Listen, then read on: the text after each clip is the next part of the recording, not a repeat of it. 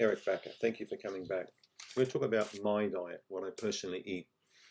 Many people ask me, what do you eat? Do you eat takeaway foods?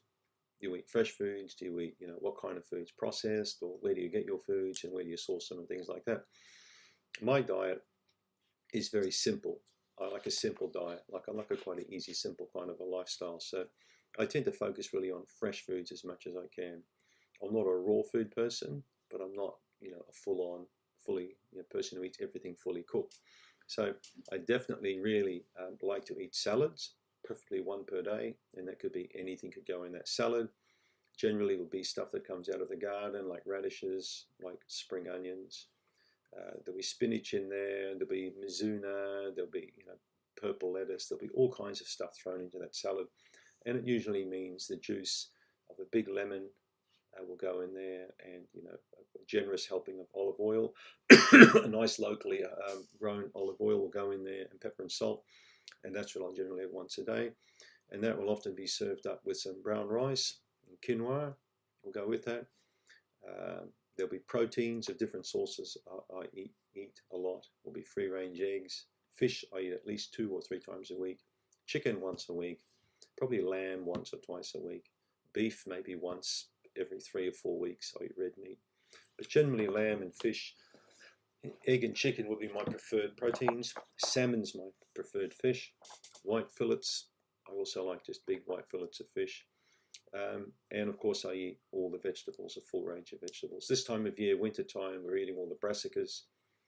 So we're eating lots of cauliflower, broccoli, Brussels sprouts, Chinese vegetables. Kale will get cooked up. That will get eaten. I love root crops. So I'll be eating the red sweet potato and the golden, the golden colored one. They'll often get baked or steamed. That could be eaten even just as a small meal. A nice piece of sweet potato with an egg, that could be a meal. So I don't like complicated dishes. I like simple dishes, well put together. My kitchen's almost, kitchen's being made as we speak. So I'm very much looking forward to engaging with you people out there to show you my new kitchen, but also then the food prep and the cooking itself, how I put these dishes together.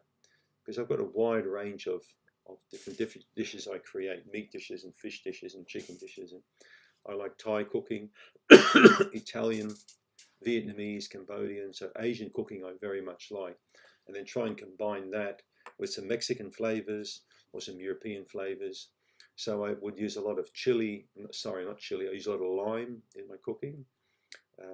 Just very small amounts of chili because I don't like it really fiery. I use a tremendous amount of spices and herbs. So I've got a special spice rack that goes in my scullery or in my pantry area that you'll see over time I'll show you this. And there'll be all kinds of different spices I use. You name it, I've got it all in there. I'll often have the fresh whole seeds like coriander seed. So I prefer to keep the whole spice. And then these will be ground up, either roasted or ground fresh. And then I make masalas. So I'll make up my own curry paste or powder, for example. I use lots of garlic and ginger in cooking. If I think about the different herbs, different spices I would use, there would be turmeric, coriander, cumin. What else would I use? Cardamom, green and brown cardamom I use. I use a spice called asafoetida, an Indian spice. Stops bloating and gas. I use a lot of sea salt. I use different types of peppers depending on the dish that I like to make. Like it could be pink pepper or white pepper or brown pepper. So that the rack contains about 80 different spices and dried herbs. So I grow most of the herbs in the garden, the culinary herbs, and we eat them fresh all summer, but then I'll dry them in fall, autumn, and they'll go in small coffee jars in my spice rack. So of course I've got tarragon, I've got basil, I've got holy basil. I grow about 6 different types of basil. And what do we got? We've got the French tarragon, of course. We've got thyme, different types of thyme herb. And we've got parsley, oregano. We've got the hot spicy oregano, and then we've got the plain one. So these all get dried and then put in containers, and they get put in egg dishes or chicken dishes or things like that. I think that spices and herbs are a very essential part of cooking, but also something I'd like to impress on you. When you see my setup, You don't have to make a setup as comprehensive as that, but you'll understand why with cooking it can be a very medicinal and therapeutic, a thing for you to do for yourself, for your tummy. So when you start cooking like this and keep your diet simple, healthy, fresh foods, basic stuff with herbs and spices, you'll get that gut nice and clean. And you'll understand why I put my formulations together too. Because a lot of these formulas are based on sort of how I like to eat too, using quality kind of things, small amounts at regular intervals. I'll show you also about the different salts and how I use them, the different type of olive oils I use, and why I would use like a really fruity one for this type of dish and quite a pungent, spicy one for that. So olive oils are like wines. There are many, of course, varietals, many tastes. But yeah, what else do I eat? I like to cook with cast iron or stainless steel.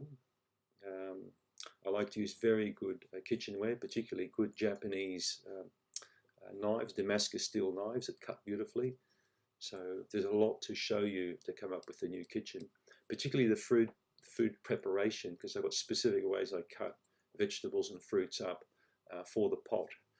Just different things I've learned from different teachers over the years, and also self-taught. A lot of sort of chefing techniques that I picked up from YouTube. And when you cut thousands of bell peppers over time, you get to know how to cut a bell pepper. So there are little tricks I can show you coming up, which I think you'll be quite interested in learning. But if you can't go wrong if you stick with fresh food all the time, particularly farmers markets, or find an organic grower, somebody around your region, for example, like myself, who loves to grow stuff, and particularly someone who's got maybe a couple of acres or a bit of land where they grow some produce, and then go and visit that person regularly, and you'll find if you give them some money here or there, you'll get a box of vegetables off them. Especially good if you know the person's not using glyphosate, or paraquat or crappy chemicals like that. What the hell do you want to use chemicals around food for? You might as well buy a bottle of chemicals and have a sip of that while you're growing and cooking your vegetables.